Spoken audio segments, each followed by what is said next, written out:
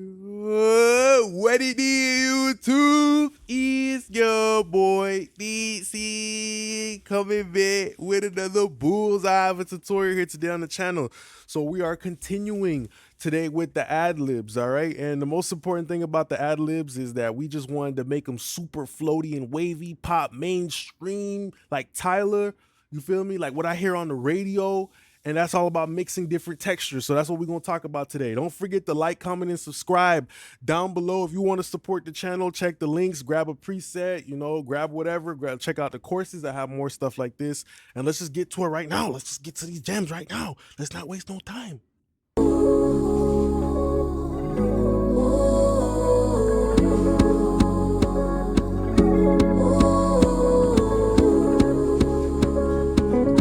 Hey yo, baby, where you at? I've been calling from 5 a.m. in the morning. I got this feeling. I know you know, don't explain it. The time is now. You've been lost, but I found you. There's nothing to hide, I can prove. The time is now. Lost, but I found you. There's nothing to hide, I can prove. Don't keep me waiting, I'm levitating. Blame it on me, I will take it. Don't keep me waiting, I'm levitating. Blame it on me, I will take it. I'll go down low, so take it slow. Ukitaka nitakupa more, nikatuma sauce, but I got those holes. I'll go down low, so take it slow. Ukitaka nitakupa more, nikatuma sauce, but I got those holes. All right, so we got a basic understanding of what we're working here with today. And some people sometimes they ask me with my routing, which I hate to talk about because everybody's routing is like their shoelaces. They like to tie it differently. All right. What I usually do is I don't put my Adlibs under my lead vocal, right? Because usually I put the Adlibs after my effects because I don't always share the same effects on my Adlibs as I would with my lead vocal. Now this is my mentality and a mindset, right? Gluing your mix, right? Usually sometimes you want to glue your mix through maybe the ambience or the tone that, of an EQ or a compressor type shit like that. So just pretty much what I'm trying to get through is I wanted to separate my Adlibs from my lead vocal. So I use separate effects. You feel me on that motherfucker? Pretty much is what I'm trying to say. All right. So very first thing, let's look at this first Adlib. It's, as I'm going through my Adlibs, I'm clipping them motherfuckers. They all got different volumes. They're all different moments. They're all different drops of gold and diamond all throughout the song. You feel me? So I'm clipping them at different volumes, different DAWs let you clip the waveform, make some parts louder and some parts quieter. And, as I'm changing the volume, right, of these Adlibs, they're hitting the reverb different. They're hitting the delay. They're hitting the whatever the plugins that are on it, especially the reverbs, right, because they're different reverbs. They're hitting the reverbs at different volumes, producing different tones and shit like that. Very important to know. So let's look at this first Adlib.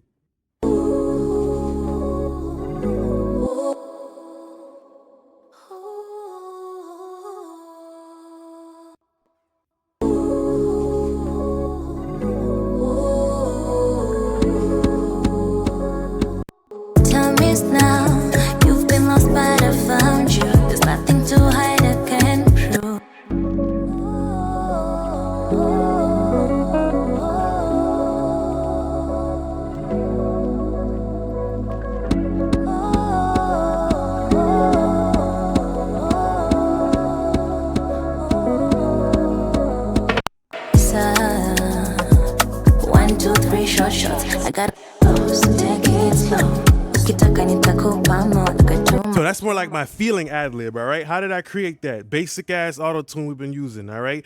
And then after that, because I know I'm gonna make this shit mad low. The volume on this Adlib is so quiet, it's just the feeling Adlib. Yeah, oh, just like little shit, they're like little thoughts in the back of your head. That's how I imagine this shit, bruh. I have an image in my head. So I'm rolling off mad bottom. That's pushing it all the way in the back. And then keeping all of my top end, bro. So you can still hear it. Now, if I would have rolled off more top end, you wouldn't hear it at all. Like it would be gone. I use the limiter just for the volume, you know, just in case if there was some spikes. It's not a completely even waveform. But the Valhalla delay, most importantly, this is just a doubler. You know, this is a double Adlib. You know, it's just using a doubler to make it wide. So it's just a basic wide Adlib that's clean. That's it. And it's super low, bro. It's a feeling Adlib.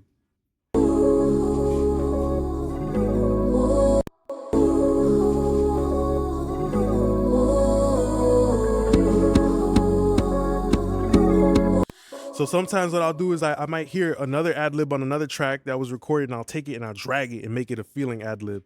So, you know, it's all about having a mentality with ad libs. I like having different styles of ad libs. You know, sometimes I like spicy hot wing ad libs, and sometimes I like lemon pepper, lemon pepper fries ad libs. So I'm mixing different flavors. Next ad lib that we got right here is it got a little bit of Avid Lo-Fi, which is just adding some distortion to make it crunchy. That's also a way of separating is through texture, showing them what smooth is, showing them what crunchy is. The lead vocal is smooth, the ad lib is crunchy. Okay, boom, you got your sweet and spicy sriracha.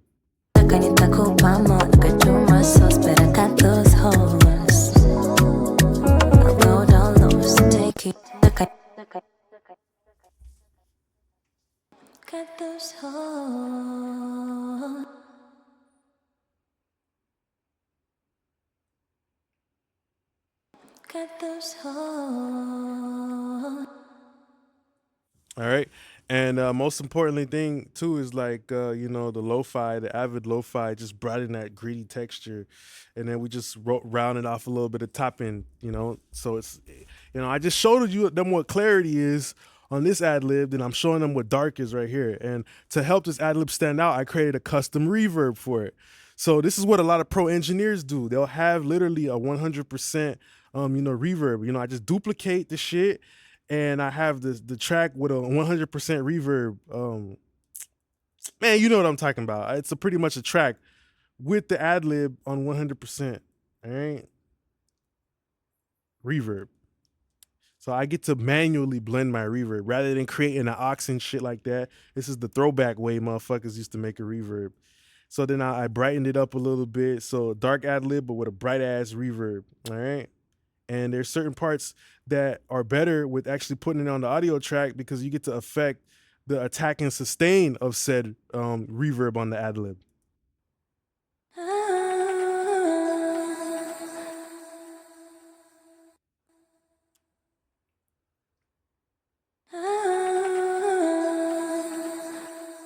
On a real song, I probably would have never been on the traditional way with the aux. I would never be able to do that because you hear it's a dark ad lib, but then the clarity reverb comes through and it swells up. You feel me? So that's coming through the fades that I did right here, which is why sometimes it's better to do the reverb on the audio track 100%, and you blend your shit in the way you want to blend that shit in, because it's going to allow you the opportunity to fuck with the attack and the sustain and the release of the reverb. You feel me? You can make the reverb cut off completely, you feel me, at a certain part, or start up a little bit slowly. So you hear the ad lib right here, the reverb has not completely started up yet until the end.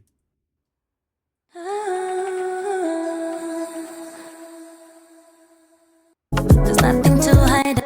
The time is now, let's have some fun. The time is now.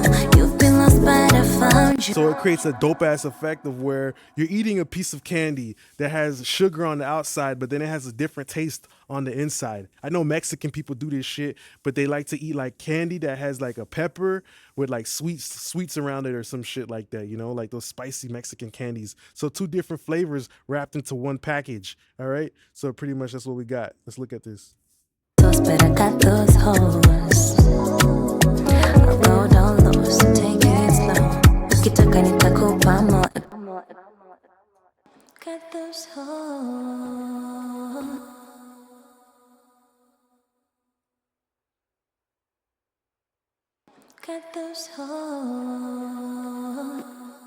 So really dope, and it was the fresh air that contributed to that. So 100% wet reverb Then I put my motherfucking fresh air after that, and I got this reverb that is rising up. It's literally rising up and it's getting brighter. You feel me? So it's adding an effect. It's adding a warm glow to these ad-libs, you know, adding more movement to the mix.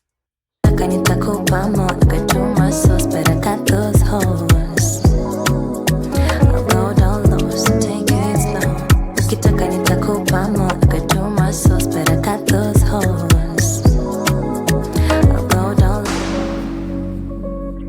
you pay attention, I edited the waveform again. The fucking reverb is not working right here in the beginning. It's only working towards the end, right? It's working towards the end, and that's why it only swells up at the end, creating that swoop type of effect. All right. That's kind of fucking insane to me. I ain't gonna lie. I forgot I even did that. But after that, let's look at this ad-lib. What the fuck is going on here?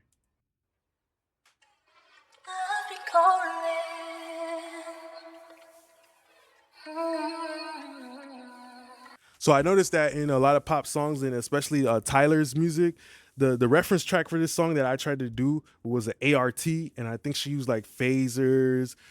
When she says the first line in that song, damn, can you be my man centerpiece? And it goes like, and it's like a little phaser. So I love using like a phaser. And of course, on the background vocals, we had a chorus. So now we're using a phaser. All right, 2 different types of modulation, 2 different types of flavor. So that's how you separate. You feel me? You separate and you glue together. Okay, black shirt, black shoes. Okay, white shirt, white shoes. Okay, black pants with white shoes. You feel me? Like, okay, hot lemon pepper wings with hot fries. Okay, lemon pepper. You feel me? Like, you mixing different flavors to glue and separate shit, bruh. Rather than, oh, well, if I want to glue my mans, I gotta use an SSL bus suppressor because that's what the YouTubers said. Man, fuck that shit, bruh. That's the mindset. And now you can apply this mindset to your compressors, to your EQs, you know, gluing and separating. Okay, I want these 2 background vocals to be connected. Let me use the same compressor, maybe with different settings. You feel me? So now they share that same tone. So Flanger, really dope for the intro. Calling from 5 a.m. in the morning. I got this feeling. Got those hoes.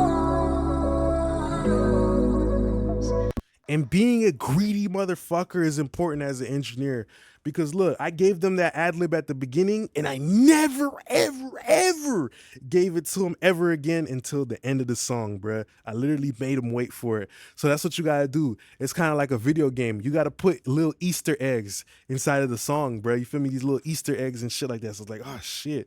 Like, I love that ad-lib, and you made them wait all the way to the end to get that ad-lib again.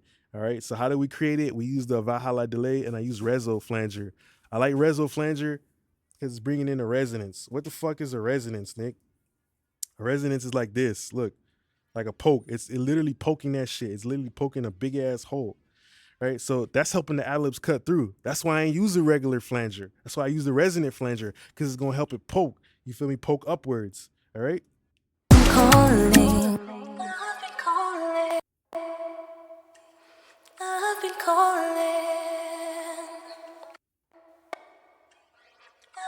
calling. The Browers motion is important because I know it's moving and shit like that, but I wanted to make it obvious that this shit is moving. So that's where the flanger dumps that paint on the ad-lib and makes it very obvious that there's a trail. It leaves a trail behind it. That's what the flanger is doing. It's leaving a fucking trail. To double up on that move, I use this bump right here too. So I already got a resonant bump from this, but now I'm doing it again to make it help the ad-libs cut through even more.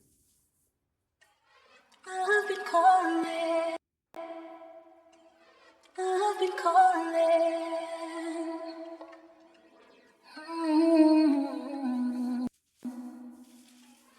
I've been calling.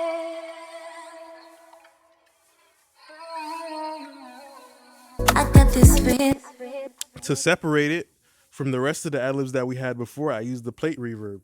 So, you know, these are kind of glued together though, because yeah, it's still all the same fucking, you know, nah, I think I only used the plate right here, right? Yeah. Oh yeah. So to completely separate it from everything else, I used specifically a plate reverb, and I use this preset vocal air. So I just wanted to give it like a roof to that motherfucker. Calling from 5 a.m. calling.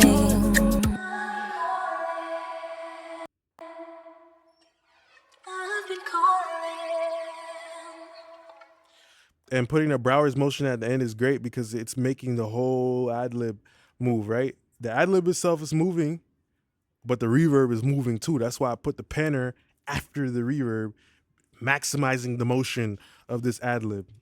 Calling from 5 a.m. in the morning. I got this feeling. Super tight, super light, and just that goody goodness. Now we created a moment right here with this Adlib. Created a fucking moment. RC20 for the vinyl noise.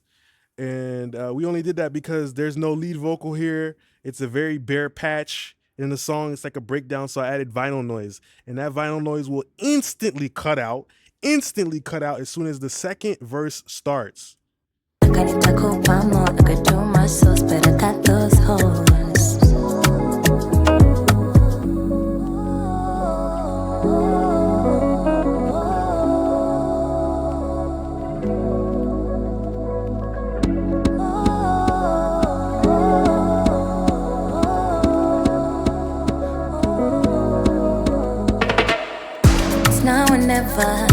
I don't wanna do this later. So it's like that exclamation mark that grabs your attention. You know, that vinyl noise is very, very subtle. I automated that motherfucker. First of all, automated it. So it only happens right here, right? And I like this preset right here. It's called Echo Space. This is a free plugin from Valhalla. It's just like a different reverb delay modulator thingy.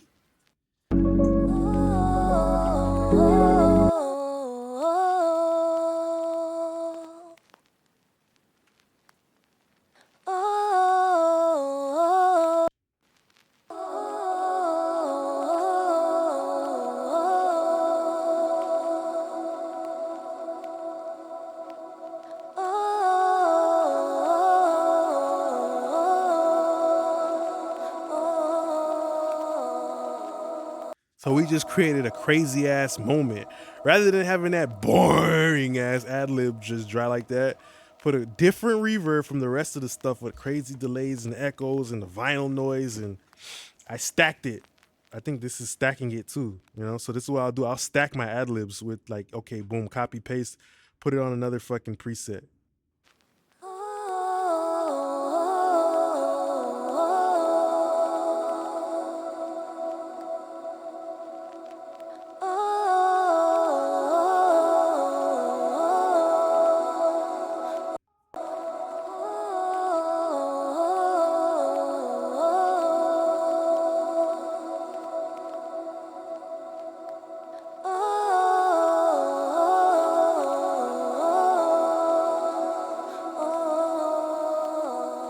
So remember, this is a doubler, and the doubler has a delay, like I told your ass, right? So this one is a little step behind that motherfucker, adding more depth and more dimension. Genius, right? Do say so myself. And the last fucking ad-lib, which is so simple but lossy, on that supermarket grocery store at 3 a.m. preset, and it just give it its own fucking reverb, dog.